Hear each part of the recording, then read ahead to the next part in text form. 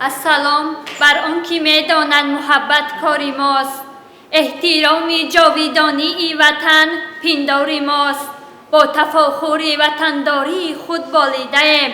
السلام بر آن که می‌داند سخن سرشار ماست.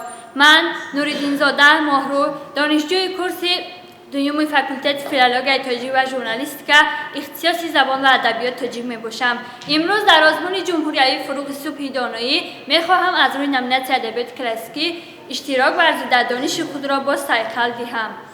من اثرهای نثری خواندم و مثال کله و دین حسین وایزی کاشفی، بهارستان عبدالرحمن جامی، گلستان سعدی شیرازی، جامع الحکایات، باز نصیحت‌نامه عنصر معالی کیکاووس، باز غزل‌ها از بر کردم، رباعی هم قیدم. غزل‌های از چند تا غزل کردید؟ ممکن 30 تا باشن. 30 تا کم است. باز تو در شهری 60 تا کردن می‌تونید؟ البته. رباعی چی؟ رباعی 50 تا است. 50 تا. دو بیتی؟ دو بیتی بسیار نیست، 20 تا است. داستان من داستان زیاد خوندم، اما در شکلی نظم نه، در شکلی نثر خوندم. نه، از داستان شاهنامه میدونم، اما مقداری کم است. مثلا به پیران رسید آگهی زین سخن، که سالار ایران چی افکند بون، از این آگهی شد دلش پرنخون. من شاهنامه را بسازم. این چه شور است که در دور قمر میبینم، همه آفاق پر از فتنه و شر میبینم. هر کسی روزی بهی میطلبد از ایام، علت آن است که هر روز بتر میبینم. ابلهان را همه شربت ز گلاب و قند است، خود دانا همه از خون جگر میبینم. اسب تازی شده مجروح به زیر پالان، طوق زرین همه در گردن خر میبینم. دختران را همه جنگ است و جدال با مادر، پسران را همه بدخواهی پدر میبینم. هیچ رحم نه برادر به برادر دارد، هیچ شفقت نه پدر را با پسر میبینم. همه دختران را همه جنگ است و باز چی؟ دل می رود زی دستم صاحب دلم خدا را، درد و کی روزی پنهان خواهد شد آشکارا.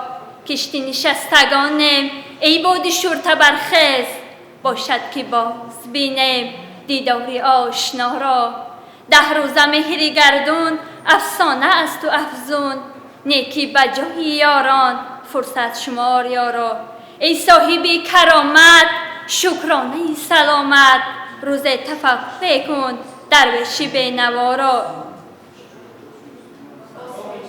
آسایش دو گیتی تفسیر این دو حرف است، با دوستان مروت با دشمنان مدارا. هنگامی تنگ دستی در عین کوش و مستی، در عیش و کوش و مستی، کین کیمیایی هستی قارون کند گدا را. خوبان پارسیگو بخشندگان عمرم.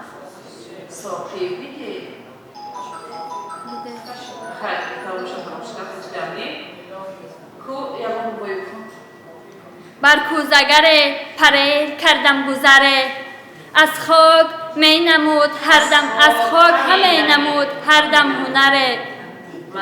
من دیدم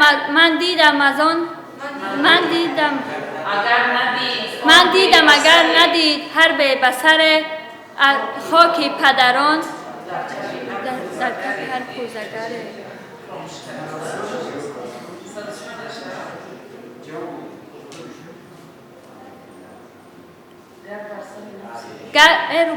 گر بر سر نفس خود امیری مردی، بر کوه رو کرر نقطه نگیری مردی. مردی نبود فتاده را پای زدن، گر دست فتاده بگیری مردی. هیچ شادی نیست اندر این جهان برتر از دیدار روی دوستان. هیچ تلخی نیست بر دل تلختر از دیدار از فراق دوستان پرهنر.